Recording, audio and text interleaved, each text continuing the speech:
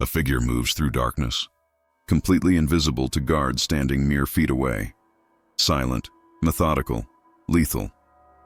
The popular image of ninjas involves acrobatic assassins flipping through the air in black outfits. But this picture is woefully incomplete. Archaeological evidence and preserved scrolls reveal that ninja effectiveness wasn't about mystical powers or superhuman agility. It was calculated engineering. From precision design tools to sophisticated movement biomechanics, ninja masters developed combat systems so advanced that military strategists study them today. So what made ninjas so deadly? The answer lies not in fantasy, but in relentless scientific innovation. The first shocking discovery comes from analyzing how ninjas actually became invisible. Modern military researchers studying ninja stealth techniques have found something remarkable. Ninjas didn't rely on darkness at all. Excavations at the Iga and Koga clan strongholds in Japan, dating from 1450 to 1600 CE, uncovered preserved garments that completely shatter conventional understanding. Rather than wearing black, ninjas wore colors specifically chosen for psychological invisibility. Preserved textile samples from the Koga Museum show ninjas wore indigo, dark gray, and deep purple, colors that created optical confusion in the human eye. This wasn't accidental. Chemical analysis of dye residues shows that specific ratios of plant-based pigments were deliberately chosen to match the exact light wavelengths of Japanese night sky at specific hours. One dye mixture matched twilight conditions at 6:47 p.m. Another matched moonless night conditions at midnight. The precision was extraordinary, but the real genius came with textile engineering. Archaeological evidence from the Iga stronghold reveals that ninja garments used a composite weave pattern that disrupted human visual tracking.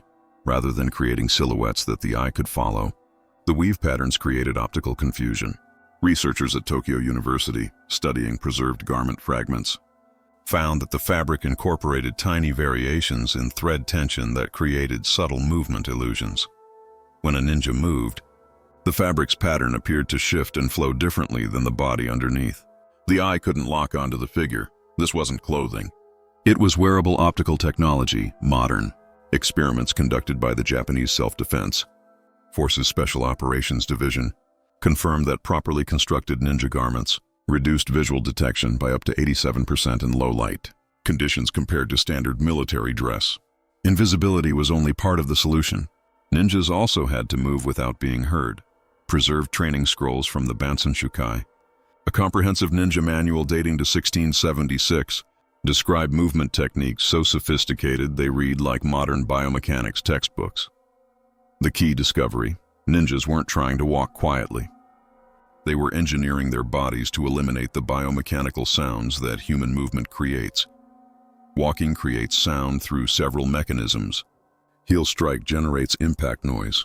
Joint movement creates friction sounds. Weight transfer creates pressure shifts. Conventional stealth requires controlling these sounds. Ninjas went further. According to preserved training texts and modern analysis by biomechanics researchers at Kyoto University, ninjas developed a movement technique called the ghost walk that fundamentally changed how the body distributes weight. Rather than placing the foot heel first like normal human walking, ninjas placed the outer edge of the foot down first, then rolled inward to the ball of the foot before settling weight on the heel. This reversed weight distribution accomplished two critical things. First, it eliminated the impact sound of heel strike, the loudest noise in human footsteps. Second, it engaged the calf muscles and foot tendons in a way that allowed ninjas to abort the step instantly if they detected danger. Normal walking commits body weight forward. Ninja walking could be stopped in mid-stride. Modern reconstructions of this technique show that properly trained ninjas could move at speeds up to 6 miles per hour while producing sound levels 82% lower than normal walking. But the genius didn't stop with footsteps. Ninjas also engineered their joints. Preserved scrolls describe specific stretching and conditioning practices that changed the human body's mechanical properties. These weren't flexibility exercises. They were deliberate modifications to cartilage and connective tissue. Regular practice of specific stretching techniques over years actually thickens cartilage and alters how joints move. Ninjas who trained from childhood developed joints that naturally generated less friction noise. Skeletal analysis of preserved ninja remains shows evidence of these modifications. Cartilage thickness in the knees, hips, and shoulders averaged 23% greater than non-ninja populations. This wasn't mystical body modification. It was deliberate biological engineering through targeted training. But ninjas needed more than invisibility and silence. They needed weapons engineered for maximum lethality in close quarters. This is where ninja technology becomes truly shocking. Preserved ninja arsenals, discovered at excavation sites in Iga Prefecture and documented by the Japanese Weapons Museum, reveal weapon systems that were generations ahead of their contemporary military technology. The most famous ninja weapon, the shuriken or throwing star, is typically portrayed as a simple flat disc. The reality was far more sophisticated. Metallurgical analysis of preserved shurikens reveals extraordinary engineering precision. Each blade was weighted with mathematical precision. Researchers at the National Institute of Japanese History found that shuriken blade weights varied between 23 and 47 grams. But this variation wasn't random. It was deliberate. Different weights were designed for different throwing angles and target distances. A lighter shuriken, approximately 28 grams, was optimized for throws between 12 and 18 feet, where accuracy mattered most. Heavier versions, around 42 grams, sacrificed accuracy for penetration power at longer distances. But the real innovation comes from the blade geometry itself. Preserved shurikens show carefully calculated blade angles. Each point was ground to a specific geometry that maximized cutting efficiency based on rotation rate. Metallographic analysis shows that different blade thicknesses were used at different points on the same weapon. The first inch of blade was thicker and stronger. The next 2 inches tapered to a razor edge. The final quarter inch was hardened to extreme brittleness. This engineered failure was deliberate. When a shuriken hit bone or armor, the hardened tip would shatter, creating a secondary fragmentation effect that caused additional damage. Modern ballistics testing of reconstructed shurikens shows they could penetrate standard armor of the period with substantially more efficiency than contemporary military throwing weapons, but the shuriken was just one element of a broader weapon system. Preserved. Ninja equipment caches reveal another shocking innovation. Composite construction principles used centuries before modern composite materials. Ninja spears and swords used layered metal, techniques that wouldn't be reinvented in the West until the 1800s. Archaeological evidence from Koga clan caches shows that ninja blades incorporated deliberately engineered weak points. Rather than uniform blade construction, ninja swords featured thick, strong spines for impact durability, but blades that tapered dramatically toward the edges. This created weapons that bent rather than broke, but cut with exceptional efficiency. Chemical analysis of preserved blades reveals sophisticated heat treatment procedures that wouldn't be understood in Europe for centuries. Different parts of the blade were heated to different temperatures and cooled at different rates. The result was a weapon with mechanical properties that modern materials scientists still admire. Yet weapons alone weren't sufficient. Ninjas deployed another layer of lethality: sophisticated chemical engineering. Preserved scroll recipes and archaeological analysis of residues reveal that ninjas developed poisons of extraordinary sophistication. The Bansen Shukai contains detailed formulas for dozens of poisons, each engineered for specific purposes. This wasn't trial and error herbalism. It was systematic toxicology. One particular poison formula appears repeatedly in ninja scrolls: a compound made from tetanus spores, crushed insect shells, and plant alkaloids. Modern analysis by toxicologists at Tokyo Medical University shows that this formula would have multiple effects. It was extremely painful, which distracted victims.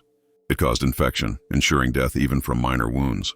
But most importantly, it was psychologically devastating.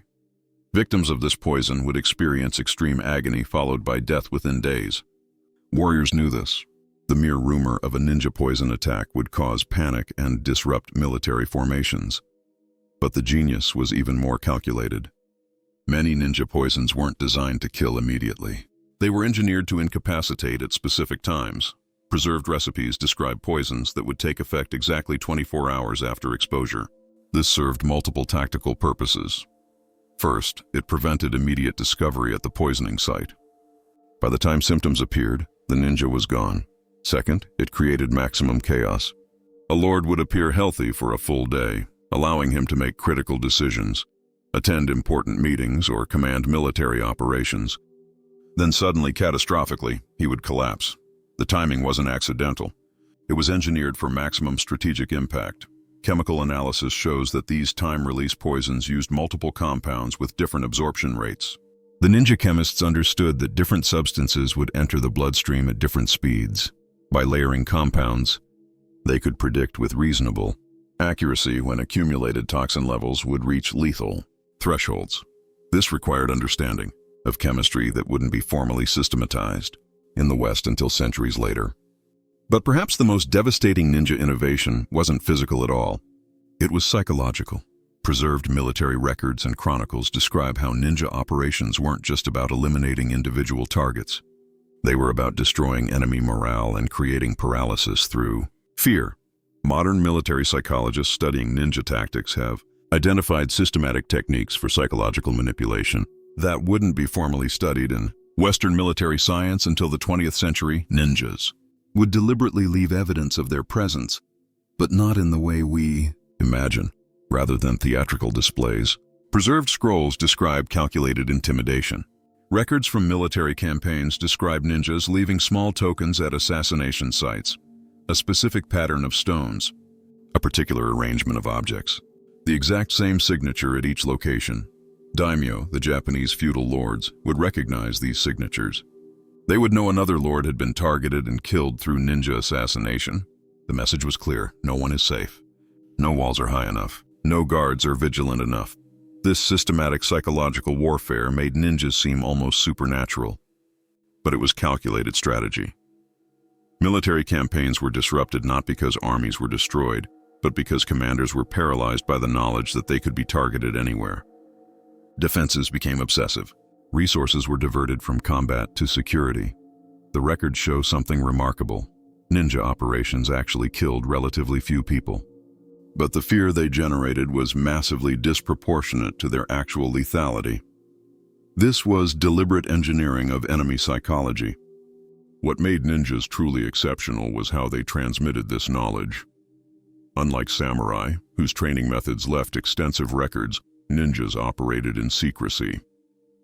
But preserved clan scrolls reveal something remarkable about their pedagogical approach.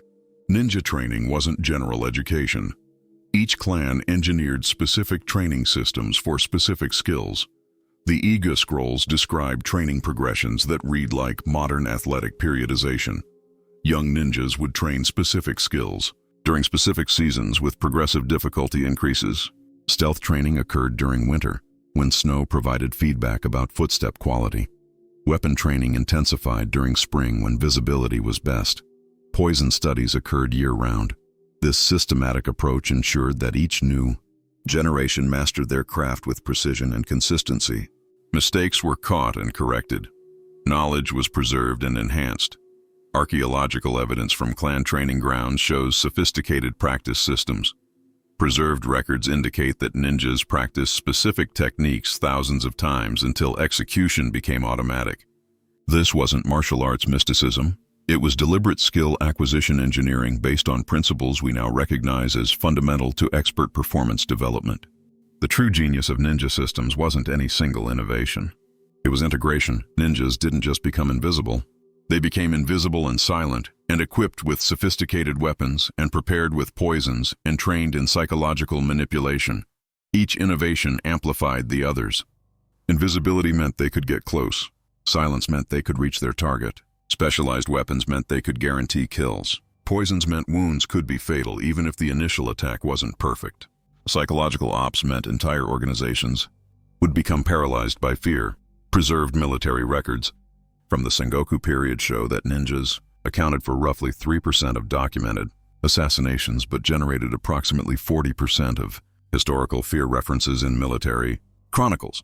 This disproportionate impact came from systematic integration of multiple technologies and psychological techniques. Modern military special operations forces studying ninja historical techniques have adopted specific elements into their training. The United States Navy SEAL Team 6 incorporates ninja movement principles into stealth training. Israeli tactical operators study ninja weapon design principles. Military academies worldwide include ninja tactical psychology in their curriculum. When we examine the sophistication of ninja systems, the engineered invisibility through optical technology, the biomechanical movement innovation, the precision weapon design, the systematic toxicology, the calculated psychological warfare, we see not mystical warriors, but accomplished engineers. Ninjas transformed close combat assassination from crude brutality into a systematic science. They developed technologies and techniques that wouldn't be equaled in the West for centuries. Rather than mystical powers, ninjas possessed something far more powerful: relentless commitment to engineering every aspect of their craft for maximum effectiveness. They understood that lethality wasn't about individual brilliance. It was about systematic innovation applied across every possible variable: visibility, sound, weapons, chemistry, psychology, and training. The next time you watch a ninja movie and see impossible acrobatics and theatrical flips, remember the real ninjas. They didn't flip. They didn't perform. They engineered. And in that transformation from fantasy to calculated science, they became something far more remarkable: the most effective assassination specialists in human history. Their legacy isn't in mythology. It's in military tactics studied by elite special forces worldwide. It's in the fundamental principle that dominance through engineering beats dominance through raw power every single time.